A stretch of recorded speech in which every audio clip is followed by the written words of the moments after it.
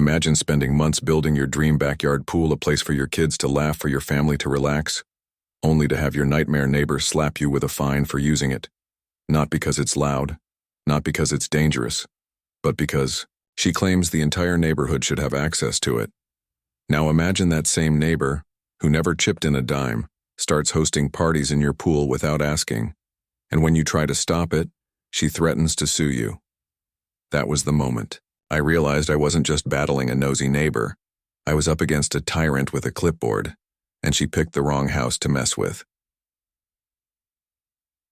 The sun hit my skin like a warm blanket as I floated in the clear blue water of my backyard pool, breathing in the scent of fresh chlorine mixed with jasmine from my wife's garden, the hum of cicadas echoing softly in the background. I felt peace, a rare, precious thing these days. My eyes were half closed, drifting between calm and sleep, when I heard, "Excuse me, what do you think you're doing?" The voice cut through the air like a buzzsaw, sharp, shrill, unmistakably full of judgment. I turned my head slowly, still half soaked in serenity.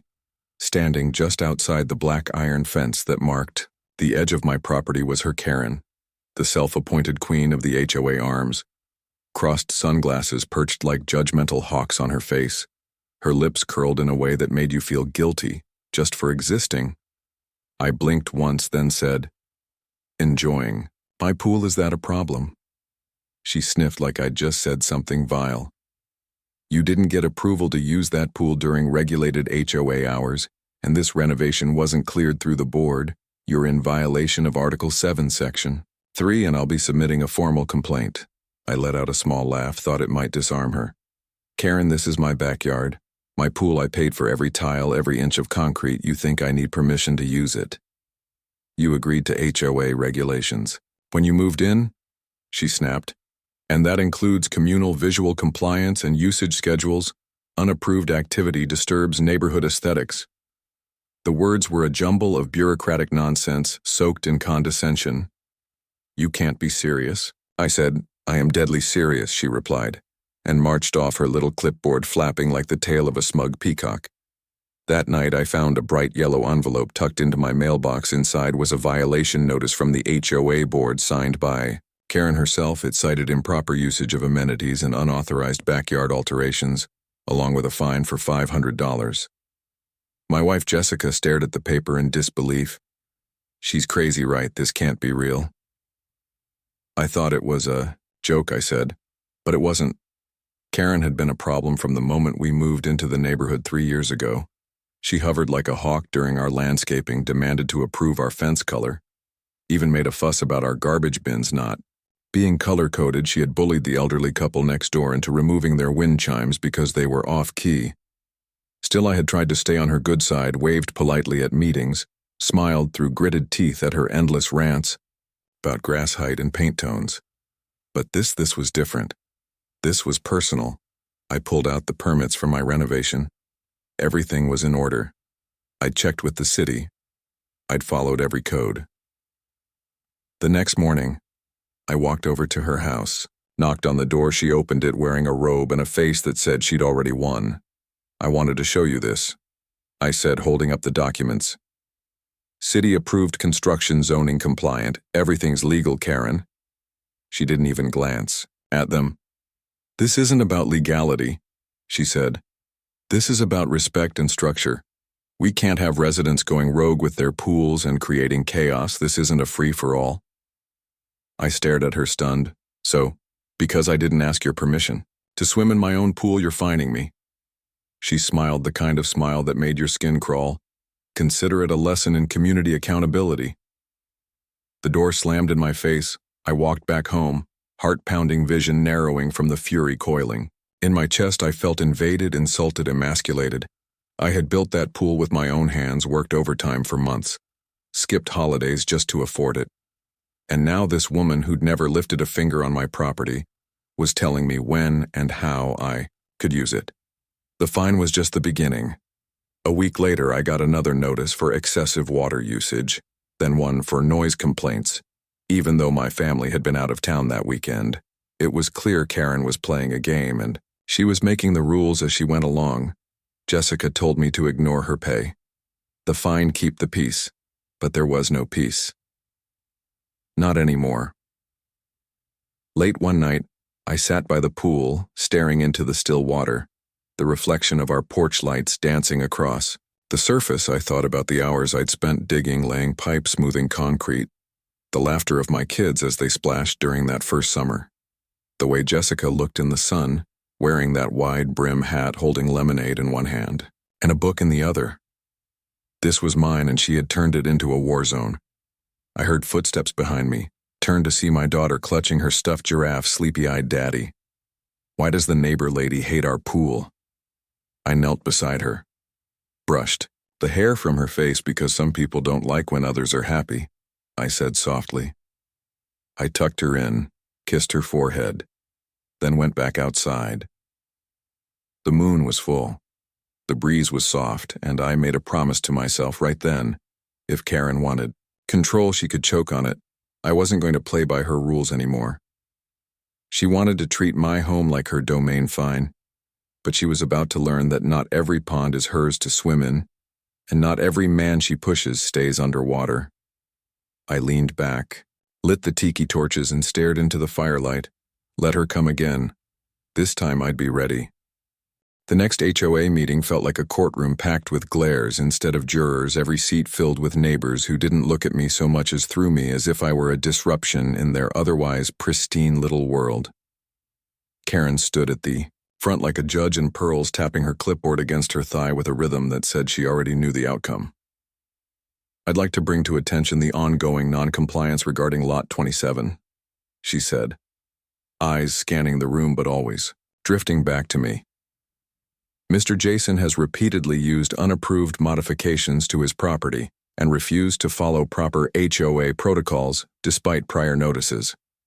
I stood slowly, papers in hand, permits, approvals, everything in black and white. I've complied with every city regulation, I said, steady but loud enough to cut through her performance. The HOA doesn't own my backyard, and you have no authority to restrict how I use it.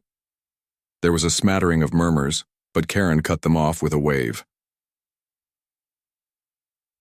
The Roth board disagrees, she said with a smile that belonged on a hanging judge. And a second violation has been issued for continued use of the pool outside approved hours. I laughed, not because it was funny, but because I needed to feel something other than rage. There are no approved hours in the bylaws, I said. There are now, she snapped, and gestured to a stack of freshly printed rules. As of this morning, the board voted to add Section 14, regulating noise and water usage between 10 a.m. and 6 p.m. I looked around, expecting outrage, confusion, disbelief, but the room stayed quiet. Heads dipped like they were too scared or too tired to challenge her. I walked out before I could say something I'd regret. 3 days later, I came home from work and found wet footprints leading from the side gate to the shallow end of my pool. The gate was slightly open. The water shimmered with the remnants of sunscreen and betrayal. I checked my security camera, and there they were, clear as daylight. Karen and 2 other board members lounging on floaties, sipping from wine tumblers like they owned the place. The rage was immediate. I confronted her the next morning, met her while she was watering her hydrangeas with the same smug poise she wore, like perfume. You broke into my yard, I said. Holding up my phone screen, paused on a perfect frame of her mid-sip legs in the water. I accessed a communal visual area, she said flatly.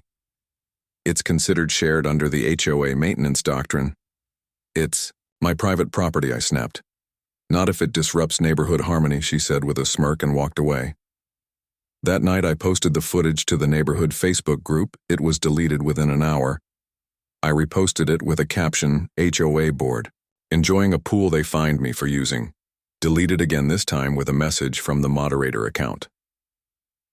Spreading false accusations violates group policy. You have been removed from the page.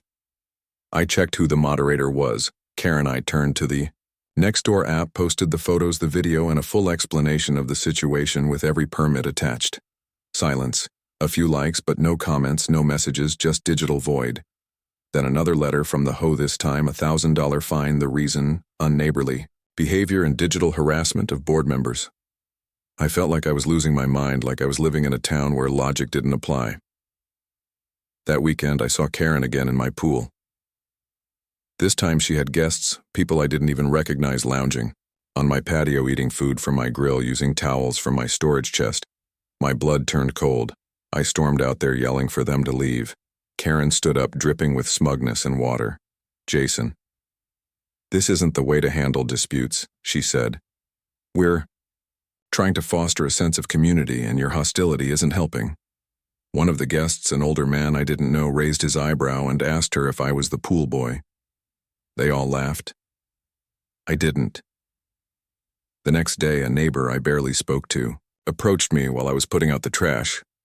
"Hey man, maybe ease up on Karen, all right? She says you've been filming people and getting aggressive. It's making everyone uncomfortable." I looked at him stunned. "She's trespassing on my property," I said. "And you're worried I'm making people uncomfortable?" He shrugged. "Just saying, maybe cool it. You don't want to be that guy, you know." That guy. I walked back inside, fists clenched, pulse racing. My kids were playing quietly in the living room, cartoons on the screen, but their eyes flicked to me and then to Jessica, who gave me that look. The one that said, "Please hold it together." Just one more day. I kissed them both on the forehead and went to the garage. Pulled out my laptop. Pulled up the footage, pulled out the city zoning documents again. Every time I opened those files, it was like reloading ammo. Karen thought she was untouchable. She had the board. She had the social groups. She had the narrative. But I had something else. Proof. And now, I needed a plan. I couldn't outvote her, I couldn't outtalk her, but maybe, just maybe, I could outsmart her. I leaned over the blueprints again, every inch of my yard measured, marked every foot of concrete I had poured, every brick I had laid, every receipt I had saved. I wasn't the villain in this story. She was, but villains always think they're heroes until the curtain drops. I stared out the window at the pool, now quiet, still peaceful again for the moment. She had mocked me in my own sanctuary made. Me the enemy in my own home. It wouldn't happen again. Let her laugh, let them all laugh. I'd been pushed to the edge, and now I was ready to push back. The next morning I locked the pool gate with a commercial-grade padlock thick enough to secure a bank vault, then installed a tall wooden privacy wall behind it. No gaps, no visibility from the sidewalk. I mounted 2 cameras and a motion detector. Light then placed a bright laminated sign at the gate. Private property. Trespassers will be prosecuted. Jessica watched me from the kitchen window, her expression unreadable. "You sure about this?" she asked, as I came back inside, wiping sweat from my forehead. "I've never been more sure," I said. That evening, the messages started first from neighbors. "Hey, what happened to the pool? Thought it was shared." Then from Karen, "Jason, please remove the obstruction immediately. Your actions violate the community open access policy." I didn't respond. The next morning, I found another envelope in the mailbox, notice of emergency board vote. The HOA had declared the pool a communal asset due to its visibility and location. Effective immediately, access must remain available for neighborhood wellness and recreation. I nearly laughed. They were rewriting reality. I went back to my computer and printed every document I had, every permit, every tax record, every zoning letter, everything signed and dated with city stamps. Then, I emailed the entire stack to the city council, along with video of Karen and her guests using the pool, and the letters she'd sent, and screenshots of the fines. I called my lawyer. He said this was no longer just a neighborhood dispute. It was trespassing, harassment, and defamation. I posted a new video online. This time not to the neighborhood groups, but to my own private social media, where friends and co-workers followed me. It showed the before and after shots of the yard, the construction, the family, moments, the celebration, the laughter, then the fines, then the footage of Karen lounging in my pool sipping wine while her friends grilled burgers. I added narration explaining what had happened. I didn't use her full name. I didn't need to. It took less than 24 hours. The post exploded, shares, comments, outrage, people calling it HOA tyranny gone wild. I got messages from strangers in other states thanking me for standing up. And then reporters. Local news wanted the story. I agreed. Karen didn't. She showed up at my front door dressed in a navy suit, lips tight, eyes hollow. "You need to take that video down," she said. "Now." I stared at her through the screen door. "It's all true," I said. "It's slander," she snapped, "and I'll sue you for defamation." "I have the footage," I said. "And it's not defamation if it's fact." "You think this makes you a hero," she hissed. "You think embarrassing me is going to fix this?" "No," I said, "but it'll stop you from doing it to the next guy." She stepped back like I'd slapped her. "You'll regret this," she said.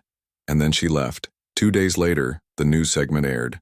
They blurred faces, but everyone knew who it was. My inbox blew up again. More support, more outrage, more stories from others in neighborhoods where one power-hungry board member ruined everything. The city sent a letter. The HOA had no authority to restrict access to private property. All fines were voided. All letters rescinded. Karen tried to push back, tried to rally the board. But the board members started resigning one by one. They'd seen the video. They'd read the comments. They didn't want to be part of her circus anymore. And then, the real blow-on of the former board members shared screenshots, private group chats. Karen bragging about how she'd teach the pool boy a lesson, calling me a nuisance, a loudmouth, a nobody. The screenshots leaked. The public turned fully against her. People in the neighborhood started whispering when she walked by. Kids stopped biking past her yard. Her name became a joke: Karen the Queen of Concrete, Karen the Water Witch. She tried to hold a meeting to reclaim authority. No one came, even her closest allies had vanished, and the best part, she was served with a cease and desist from my lawyer for harassment, Jessica, and I stood by the pool again a week later. The water was still. The laughter returned, our kids splashed and screamed joyfully. The sun kissed our skin, and no one peered over fences or barged through gates. I raised my glass to the sky, to peace. Jessica smiled, and clinked hers against mine, to finally being left alone. But I wasn't done, not quite yet, because Karen had spent years terrorizing people with letters and fines and smugness. And now everyone had seen her for what she really was, a bully with a clipboard. Opened my email again, typed out a final message to every neighbor, every board member, and Karen herself a screenshot of a new app I'd built. The HOA Transparency Tracker, a public log of every board decision, every vote, every fine, every appeal, all archived, all visible. All backed by city law. I didn't sign it, but I didn't need to. Karen would know exactly who sent it. I sat back, watched the sun slip below the roof lines as orange melted into violet. For the first time in months, I felt still.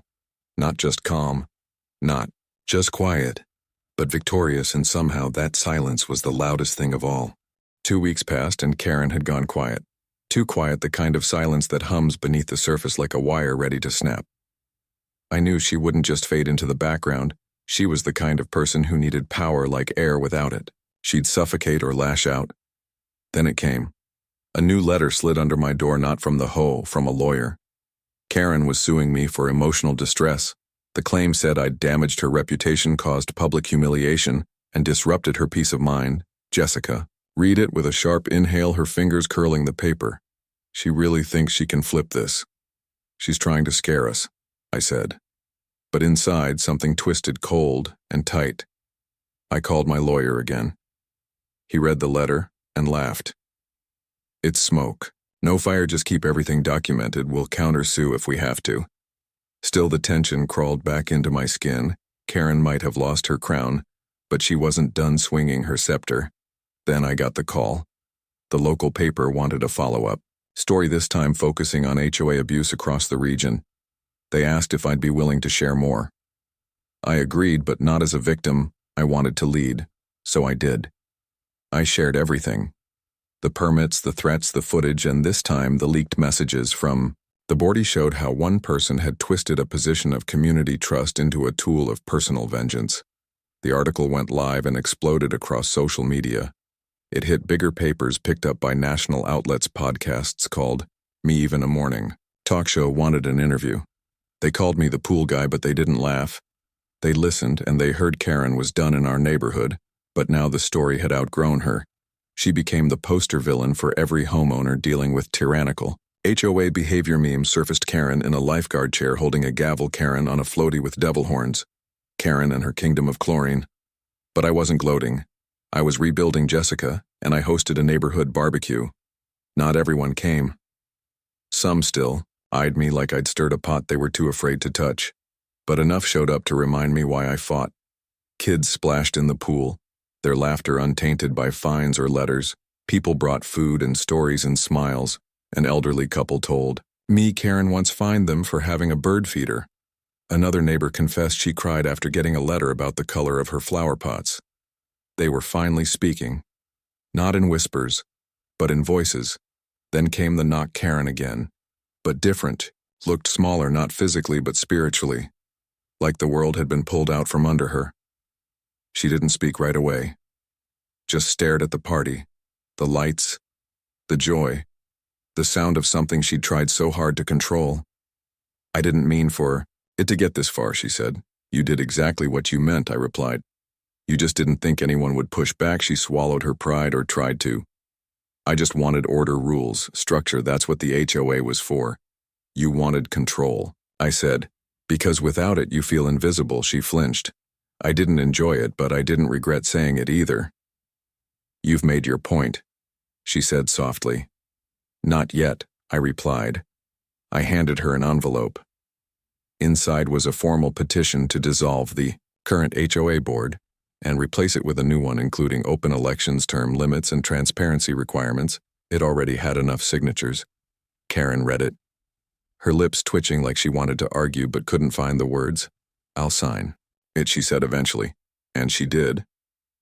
We filed the petition, and within a month the board was restructured. I didn't run for a seat, but I helped write the new bylaws. Jessica joined the committee, and the community felt lighter, like someone had opened a window in a long, sealed room. Karen moved 6 weeks later. No announcement, no farewell, just a for sale sign and a hollow silence where her shadow used to stretch.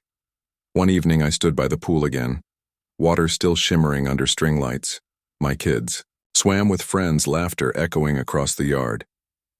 Jessica leaned on my shoulder, her voice soft against the warm breeze. You know you didn't just get revenge, she said. You changed everything. I watched the ripples spread from a splash. I didn't want revenge, I said. I wanted freedom, and we had it. Not just from Karen, but from fear, from silence, from the slow erosion of peace by 1,000 petty rules. Sometimes victory doesn't look like a trophy. Sometimes it looks like a quiet night, a full yard unlocked, gates and no one standing at your fence with a clipboard, just family, just joy, just home.